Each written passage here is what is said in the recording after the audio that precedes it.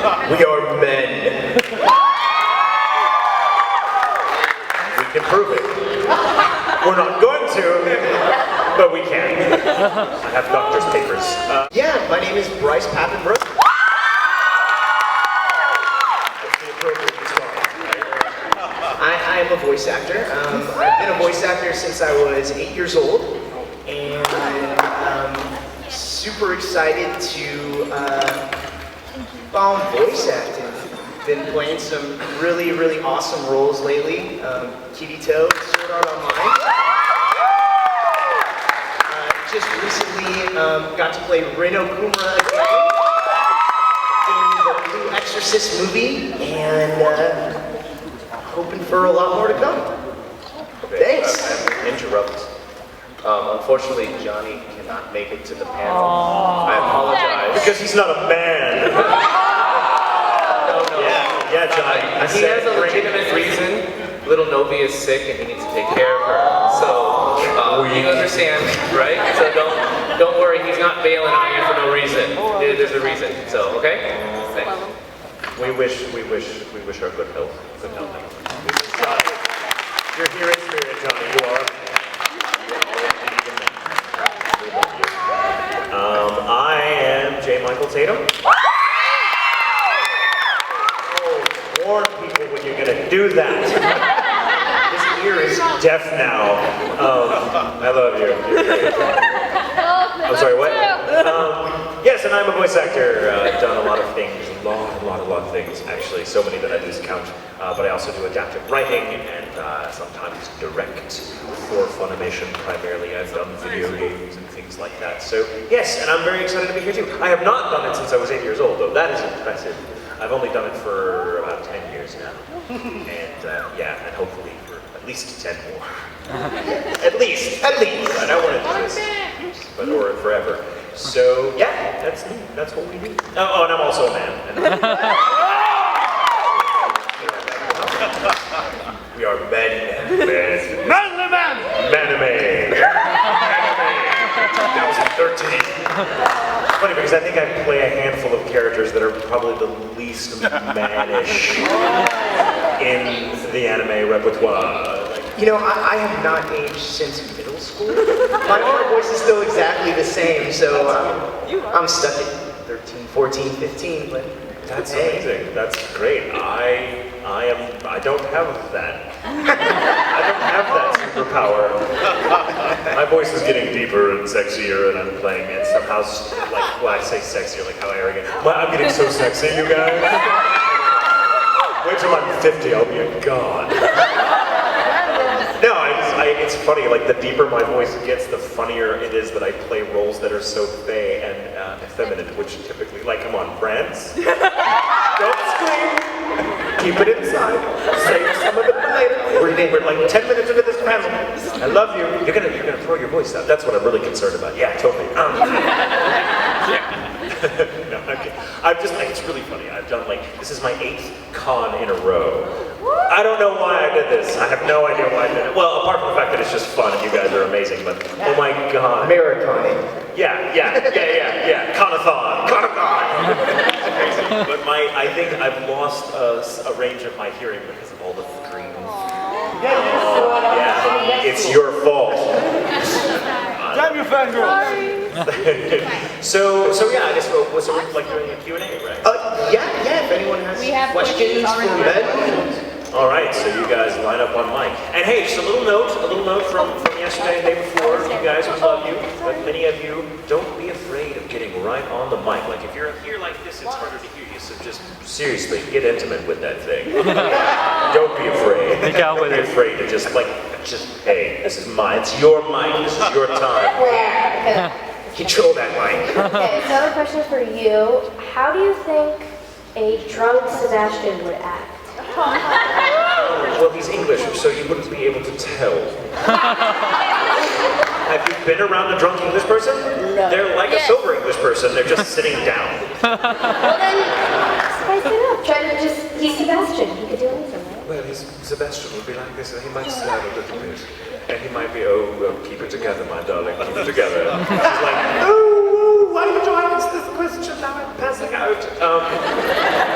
Sebastian would be a gin drinker because that's my favorite drink. Well, whatever, it's gin. It tastes like fabric softener, but it's classy. It's classy. There's two kinds of gin in the world. There's the kind you drink and go, oh my god, that's disgusting. Oh, never again. And there's the kind you drink and go, oh my god, that's disgusting. Yes, another one of those, please. So Sebastian would be sort of like, hello, my lord, how are you? Oh, you need me to tie your shoes? Shocking. No, you don't smell gin on my breath, you smell disdain. That would be, yes. And a drunk British person on gin. Gin drinkers are hysterical to watch when they're really, really schnockered, like when they're about 5 or 6 gin and tonics in to their 3 sheets. Because it's like they try tragically so hard to keep it together, to maintain. Like, not like a beer drunk is like, just barrel rolling everywhere. A gin drinker is like, good afternoon, I'm buttoning up my coat, and you like can't tell they're drunk until they stand up and walk, and you suddenly are watching a person for whom the entire world is suddenly an invisible flight of stairs. Fun stuff. Thank you, Dara. Thank you.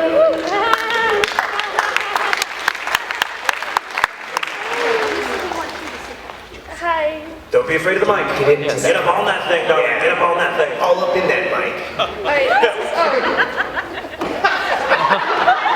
There you go. That was kind of fun. Say it again. Come on, say it again. Get all up in that mic. May have to excuse us for just a moment. What? No, go on. Go on. He's like, what the hell did I sign up for? Okay, so this is for Michael, and I just want to say you're like really handsome, and I love like your voice and stuff. So So handsome. He smells so good.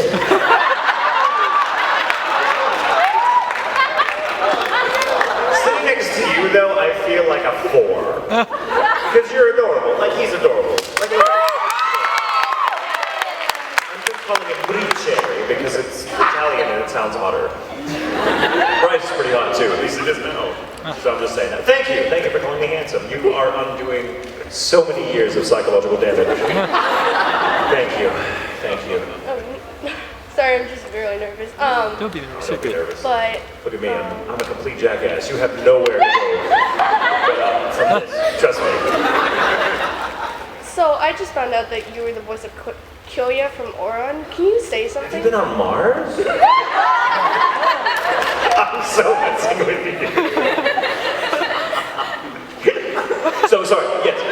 Could you like do something that he wouldn't say? Because his voice is so serious and stuff. Like, Something that he wouldn't say? like something dirty or something. Something. Kyoya is a very complex person, and he would indeed say something dirty. In fact, why don't I give you my favorite Kyoya line, which is a little dirty, and it is kind of out of character for him, but in character once you watch the fullness of the awesomeness that is Oron. Cover your ears, Bryce. You really want to cover your ears for this. My favorite Kyoya line is, well, you can always repay me with your body. Which never works in real life. For God's sakes, never try that on someone ever. You will get kicked in the balls. I just have one more question. It's gonna be really quick. All right. Who is your favorite character to voice act? Oh, I don't have a favorite character because they're all amazing. No, really, I'm seriously. It sounds like, oh, whatever favorites. No, I have gotten to a stage in my life where I just don't trust the favorites game, because no sooner do I find a favorite that someone else comes along and I'm like, oh, but I love you too. So I'm like, you know what, life is complicated. I won't choose. I don't have to. And as I explained in another panel, I think those of you that heard it, sorry for repeating myself, but all of the characters I play in a weird psychotic way, and I think we all find this to be true. They kind of stay up here in a way, and they come out in unusual situations in public when we're not behind a microphone. And they become like one big giant family of voices in your head telling you what to do and arguing with each other. It's very unhealthy, but lucrative professionally. If I were to pick a favorite at random just to answer your question, because it is a good question and be very sweet, I would go back to my hotel room later tonight and have 18 voices going, "You're a bastard." Why didn't you pick me? So I've learned not to play the favorites game, my darling. Thank you. You're Thank you.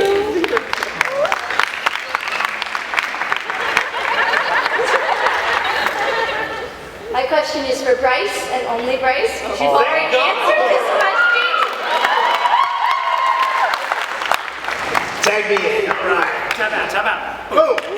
Tatum answered this yesterday during his Q&A. But what is your favorite Disney movie? Oh! My favorite Disney movie. Yes, specifically Disney. I like Aladdin.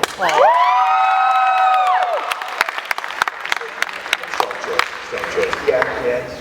You would make a really good Aladdin, by the way. Oh. You would. Like hearing your voice, I'm like, oh my god, that'd be great. But I cannot sing. I cannot sing. It's okay, they'll get some professional to do it for you. It's a Disney guy.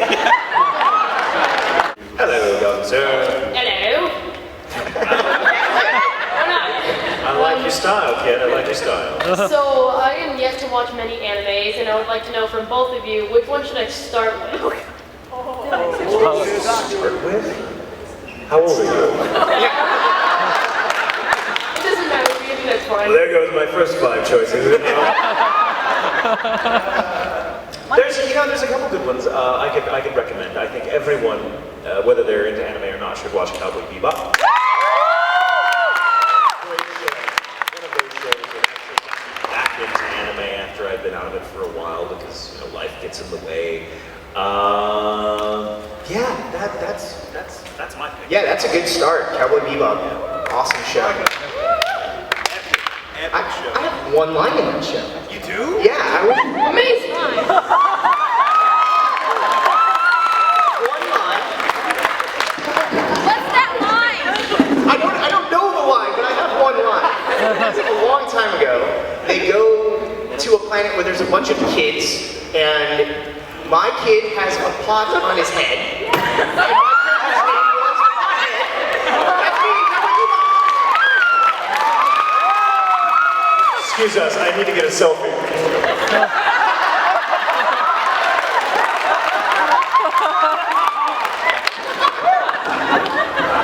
Holy crap! Now I'm like nervous. Oh my god. Yeah, Cowboy Bebop. There's tons of others, but if you start there, you can't go wrong. It's also a really good movie. You choose a different one? The right, I don't know your name, sorry. Oh, I'm Bryce. Right. That's cool. A different one other than Cowboy Bebop? Well, what do you like? Do you like comedy or action, or you want something with everything in it? Well, my sister's trying to get me into Elfin Lead. You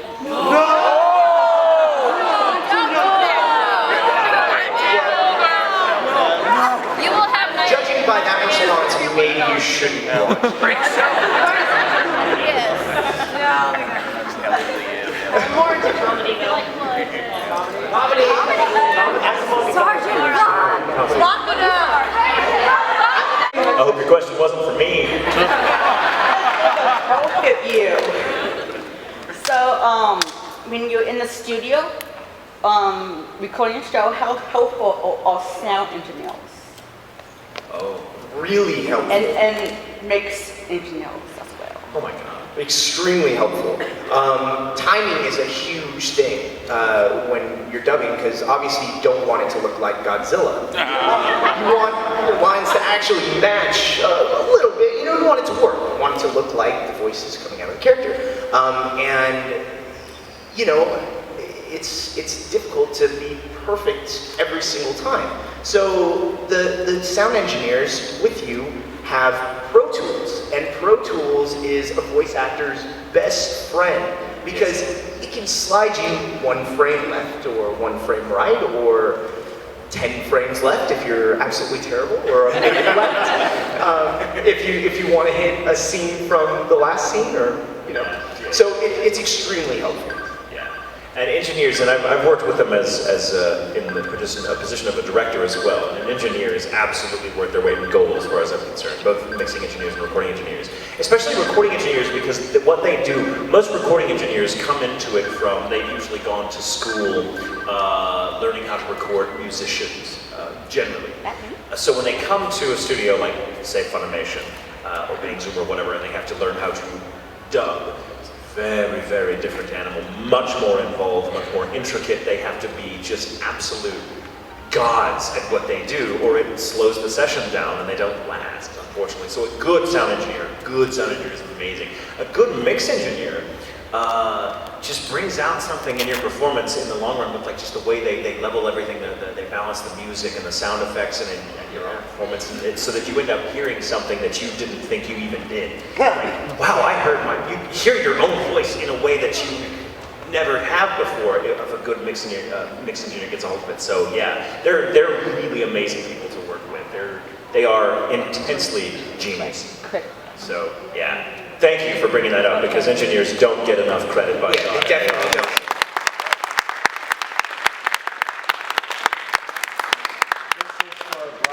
What was your most embarrassing moment at an anime convention?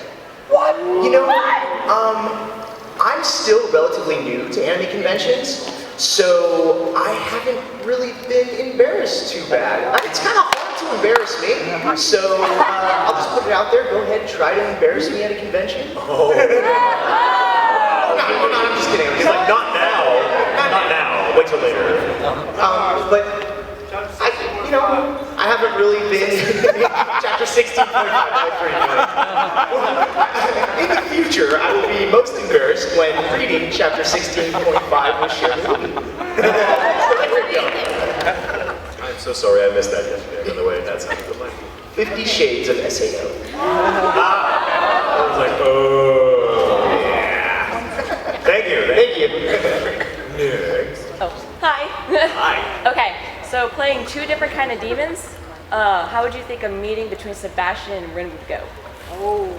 Sebastian, who? Rin. Have you seen Blue Exorcist? Oh, sorry. I thought you meant someone else. I never played Rin, but I directed a girl playing a Rin in another show called Rin, and I'm like, that's intense. I get characters who could be girls. I don't know. Bryce is kind of a girl's name, so I would have been Bryce whether I was a guy or a girl, so. That's just lazy parenting. Yeah. Okay, so. Well, introduce me to Sebastian, because I'm not familiar with Sebastian, unfortunately. I'm sorry to say. Sebastian is a demon. He's very, well, he takes the form of whomever he's made a contract with needs him to be. So in the case of Black Butler, which is the show he's from, he makes a deal with this young, very rich, very spoiled brat from Victorian England, who really, it's true, CL is a bit of a brat, and offers to help him, avenge the death of his family in exchange for his soul in the long run. And so he hangs out with him, basically takes care of him, and he is his butler. So he's very British and very poor, but he's like a super butler. He can do anything and everything. He's like evil Jeeves. And he's really cool, but he's very suave, and he's very, I don't know, buttoned up, and every time he does something amazing, he's like, oh yes, that looked exactly how I wanted it to, thank you. He's never over the top. It's kind of crazy. It's kind of crazy. So so introduce me to Rin Okumura is, he's a high schooler who finds out that he is the son of Satan. And Sebastian's boss. And, well, it doesn't go too well between him and his actual father because Satan kills his adopted father without spoiling too much. And he vows to Kick Satan's ass. get shit out of Satan. That's a tall order. Yeah. He has a sword, and when he pulls his sword out, blue flames cover his entire body. That sword right there. So don't open it, or blue flames will come out of my body. No. Please don't. I'm sitting right next to him. Sebastian has wings and heels. And somehow, you never see Sebastian in his true form, ever. He tends to, you never do. Whenever he's taking care of business for CL, you just see the other person's reaction as they're saying, oh my god, you're my worst nightmare. It's really kind of cool, but you see again with the feathers, you see feathers everywhere, and in one scene you see a healed foot traipsing across the top of this bridge arc, and you're like, that's kind of hot. Sebastian doesn't have a sword, I'm afraid, only because he doesn't need one. Just to say. Silverware. silverware. Yes, yeah, that's right. Silverware and flatware and silverware. He wields like a ninja. It's pretty amazing. He can kill you with anything. So Well, our characters, I don't know. They just met. Why not? They were trying to kill each other. I don't know if they would try to kill each other. I think Rin would just be like, who the hell is this guy? Be like, what the hell is this brat? Would you like to enter into a contract with me? Oh wait, never mind. You're my boss's son. Very inappropriate. Really funny. That someone please make that fanfic and we'll read it. Dragon. Oh, two boys are like, we'll do it. Yeah, make it dirty. Sorry. It's been happy. And manly. Manly dirty manly. All right, good afternoon, Bryce and Michael. Good afternoon, Mario. Good to see you both. I'm very happy you're here. I have a quick question for both you gentlemen. What is the most memorable death or close to death wail that you've ever recorded or performed in any of the media that you've done? I have an answer. I'll go first. There's a movie called Vexio by Sori. Those of you know, so it's very kind of early days for me, but I played the villain in it named Kisaragi. And it was an unusual dub because Sori's animation style is a very unique blending of CG and traditional cell animation. Very unique blending in that the flaps, for example, are enormously specific. So we recorded at a much slower pace because it was much trickier. The flaps were far less stylized and much more realistic looking, so everything had to fit exactly in time. It was very slow going, but it was very rewarding at the same time when I actually got to meet Sori, who talked to me for a little bit and said, wow, you actually kind of look like the character. And I'm like, I guess I kind of do. He had glasses and hair very similar to mine, and he has like a god speech where he's like, I'm God, blah, blah, because I play a lot of guys that think they're gods. I will remember always being in the booth with Mike McFarlane, who directed the dub, and I had to scream.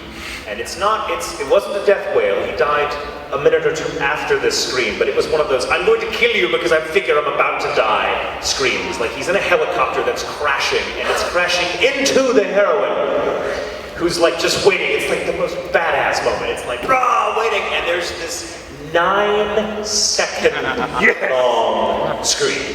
Now that may not seem like a long amount of time for those of you that have never tried to do it, but when you are screaming in full voice to enormously specific flaps, and you can see clearly that there is no room for the scream to build, he comes on at the top of his voice and stays there for the entire cut, which is 9 seconds. So vocally it is the equivalent of drinking a glass of water while standing on your head and being kicked in the balls repeatedly. And I had never done, now Mike McFarlane comes from the Dragon Ball days. So I'm like, and I have never screamed like this before in my life because for 9 seconds, Jesus. So Mike is like, let me show you what you can do. And he gets in there and makes it look like it's the easiest thing in the world. And you're like, oh my God. So I'm like, okay, I'm gonna try this. And every time we did 3 takes. The first take was off by 4 seconds. And every time I'm like,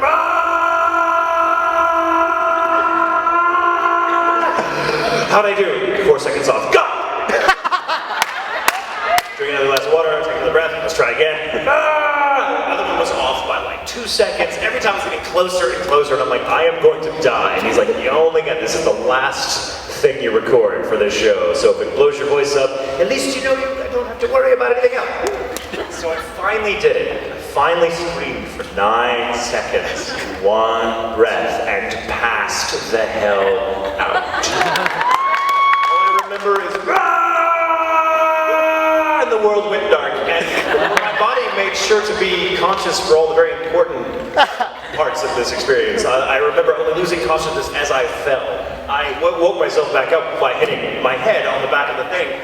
And then I just sat there and I looked at Mike and he's like, are you okay? Are you okay? And he's like, I'm like, I don't know. Did we get the line? Did we get the scream? He's like, we did. I'm like, oh thank God. Like, welcome to the club. He's like, we've all passed out doing screams like this. Yes. Bryce, how about you? Well, without spoiling too much of SAO, Kirito has insane screams. I was able to meet the Japanese director, and I asked him, about that experience. He said the Japanese actor screamed so loud and so intensely that he got nosebleeds. To give you an idea of what kind of screaming I was up against.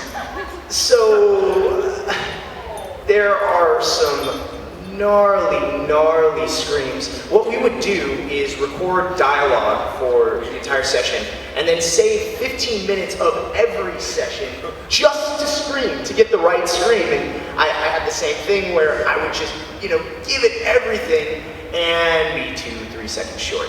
And do it again, and at the very end, you just hear my scream die. There goes the last of my hair. And it's super challenging. So definitely there's a couple of screams in particular that are death-ish screams without giving anything away that were insane. And I just couldn't talk after. Oh my God, right? Yeah. You're ruined. All for you guys, all for you guys. But it sounds fantastic! You have a prop. Yes, I do. Hold on a minute. Oh no. What is happening? Oh no. It's my daily job, sir. That's not something you want to see as Kirito.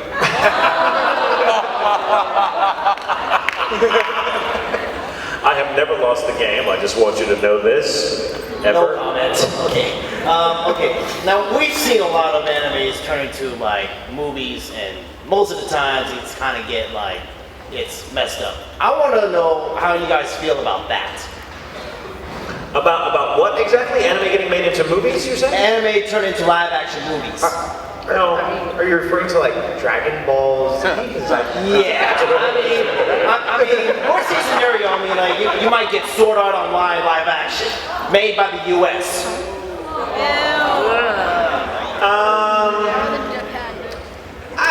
Okay, here's the thing.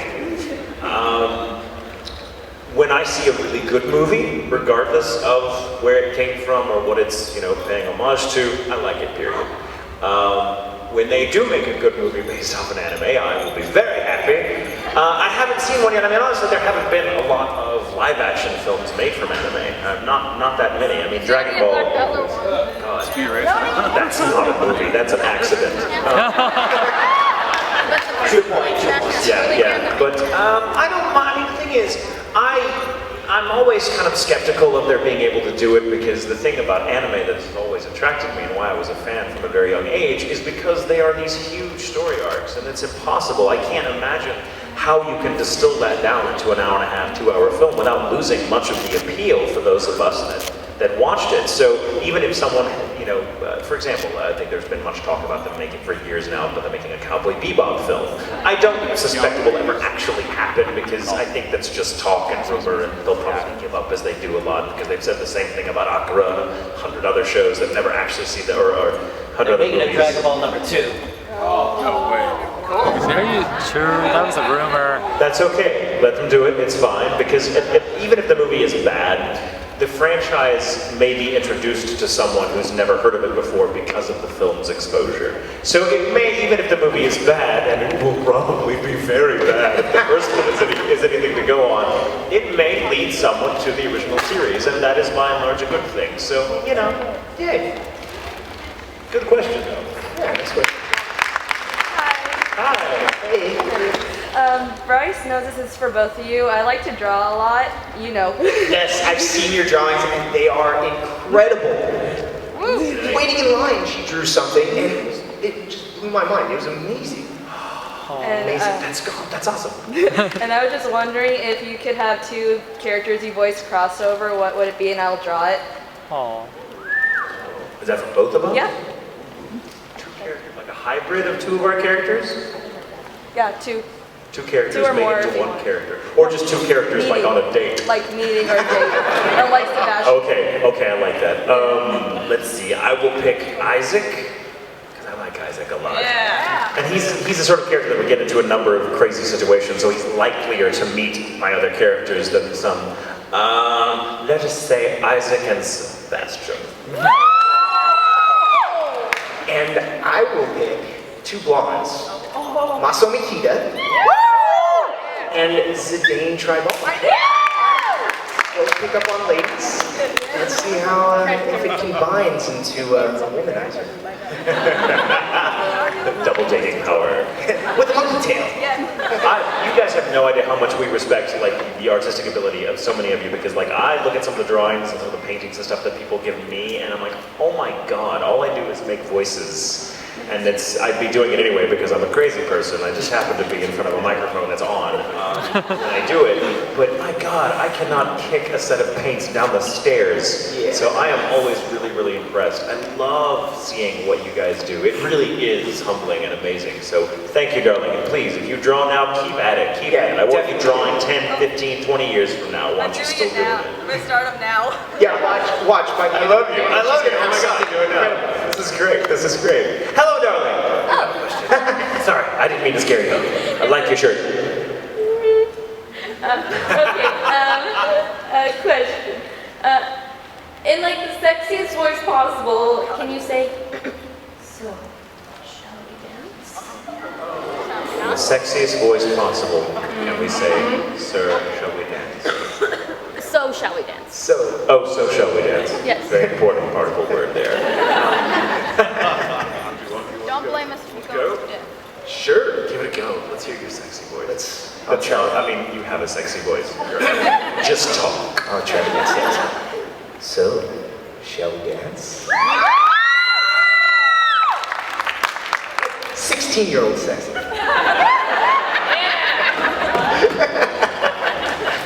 Underage sexy. Shall we dance? I have to be home by 10. Curfew. I'll just do it as Sebastian. I haven't even done it yet. Calm down. Calm down. It's so hysterically funny to me. So, shall we dance? True story. I was at a convention about a year ago in Oklahoma, and the con was over. I was there for an extra day, and the con was over. There's nothing sadder than a hotel that goes back to normal. It's like the circus has left town. There's nothing but like an empty field with, fluttering flyers and the smell of elephant dung, and you're like, sad. And I wasn't ready to not be in con mode, so I went to the concierge and I started doing Sebastian's voice for her. She had no idea who I was. She had been there the whole weekend. So I'm like, hello, darling. I was wondering if I could check my bags while I wait for my plane. And she's like, no. What is that coming out of your mouth? Stop. And I just played along and said something like, is the accent difficult for you? I apologize. Sometimes people don't understand, especially here in Oklahoma. And she's like, no, what did I just say? Deborah, come here. Deborah, come here. Say something. And I'm like, hello, Deborah, how are you? And she's like, no, see, if you were my boyfriend and you talked like that to anybody else, I would kick your ass. I'm telling you, there's something about the British voice. I'm like a 5 in low light and loose clothes. British, 10. Just say my name, I don't care what you look like. So, my question for both of you is, out of all the characters you voiced, who would you want to be in real life? I just love life-changing questions like this. And I love how we have to think of it like it's legally binding. Like, like we're afraid one of you has some magical power, and they're like, I just became Lawrence from Spice Wolf. Damn it, no, that was a bullshit answer.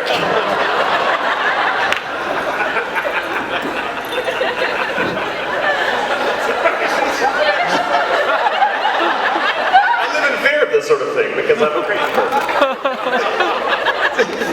These are binding answers.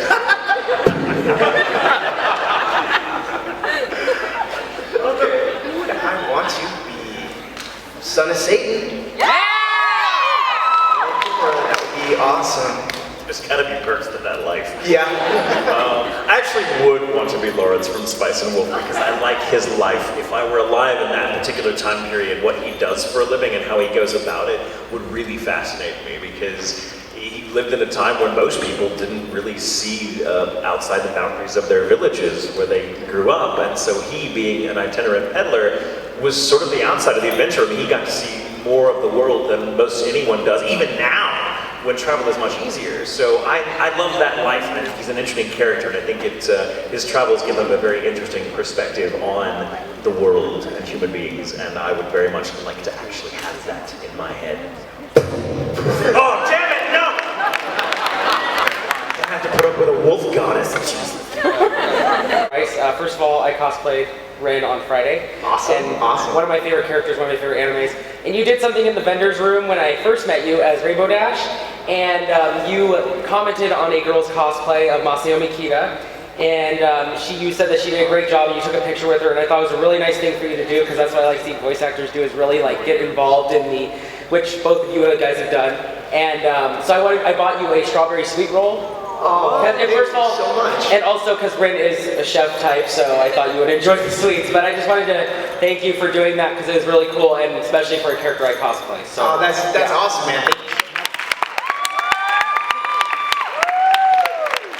But really, when I see cosplayers, I really respect it, and I really get excited to see people cosplaying, especially as my character. There's Masao Mikita right there! I mean, that's awesome. I know that if I cosplayed, it would not look half as good as some of the cosplays that I've seen, and I could never create some of the items like the swords and all that stuff that's made by hand. It's just amazing. It blows my mind. So, yeah, I love it. Love it. Thank you. And I'm gonna eat this. Yeah, where's mine? Awkward. We can share. No, I want my own. Get you one later. I want to say to Bryce, first of all, Daryl Gibble says hi, by the way. Oh, awesome. Looks like he misses you. But my question is, can you give us your best pickup line / unique pickup line as Sebastian and Masao Mikita? I know you have a lot of experience doing pickup as Sebastian. I have a feeling you do. So I'll let you go first. Oh my god, when you say, you can say anything in Sebastian's voice and they just melt. Exactly. Just like tell them like pie is like 3.149, whatever, and they're like, long division becomes a pickup line in Sebastian's voice. I think, my favorite pickup line that was ever actually said to me and worked a long time ago was, and I'll say it in Sebastian's voice, is like, oh my god, is that varnish on your jeans? Because I can totally see myself in your pants. Again, don't ever use that on someone. Don't ever use it on someone. Please, please, don't say, Michael Tatum said I could say this to you and it would totally work. No, I didn't. I said, you kicked in the balls. Masao Mikita has cheesy pickup lines, so he'd probably go, what up? Are you tired? Because you've been running through my mind all night.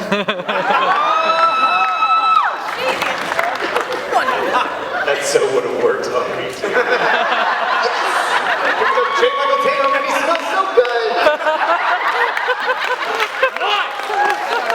I work out with a bunch of guys at the gym, and we love making up ridiculous, cheesy, like, workout douchebag lines that we would never actually use, but it's things like, do you have a sewing kit on you? No? That's a shame, because I'm ripped. Do you have a Band-Aid? Because I'm cut. Do you know the number for a good vet? Because these pythons are sick.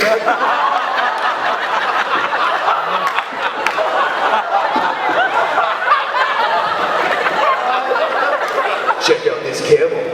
2 humps.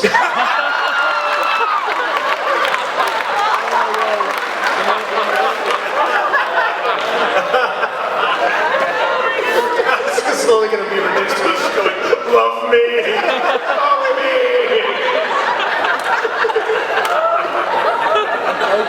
Okay. We just had a douche off. Just happened. You expect to see that at the Manime again, right? Manimated up. Anime. Douche off 2013.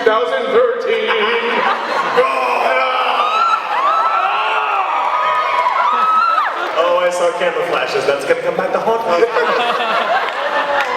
I'm sorry. I had to stop all of the fun. Please stop us. Please stop us. We need help. First of all,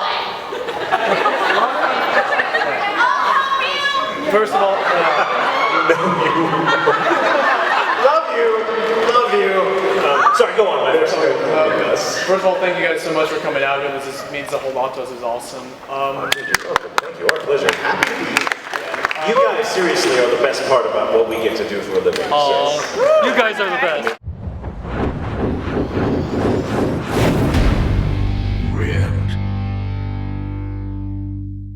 Check out bkbn.net. Jason David Frank, Tommy the Green Ranger.